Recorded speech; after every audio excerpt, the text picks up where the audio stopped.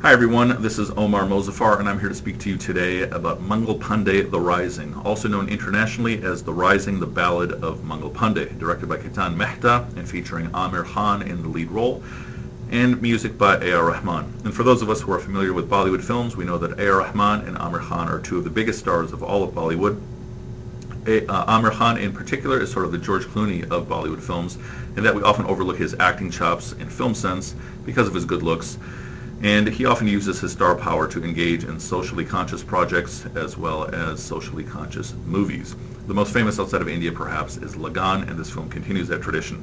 And A.R. Rahman, of course, is perhaps the most famous of all composers in the history of Bollywood. He is also the one who produced the soundtrack for Slumdog Millionaire. And this film also continues the tradition of post-colonial analysis that we find in Indian art, in Indian movies, and especially in Indian literature. And the idea here is that the British imperialism, the British colonists, have thoroughly affected Indian life, Indian thought, Indian culture, Indian religion, and that is being analyzed here just as well.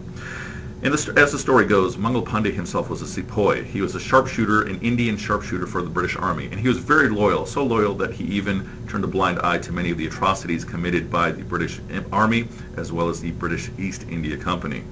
But that loyalty through the course of our film gets challenged and strained, ultimately leading into the uprising of 1857. Now the film further is a meditation on cultural and religious sensitivity. There are many cases in the film where the film itself is taking stances against many traditional Indian practices and traditions, Indian practices and rituals.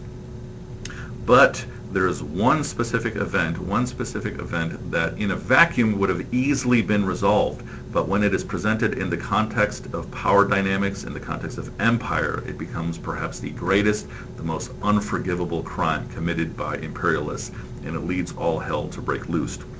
And what I'm saying deeper than that is that the film is a meditation on perception. What you consider to be an offense culturally or religiously or traditionally might not be an offense in the eyes of the offenders, and you might forgive. But if it's done in the context of an empire, a power broker offending someone who is in a position of weakness, then that can break the camel's back. That can be the straw that breaks the camel's back. And to help understand the point that I'm making, think, for example, back to the riots in Los Angeles in 1992. If we look at those riots simply as a response, a spontaneous response to the acquittal of these officers accused of beating Rodney King, then we're missing the point.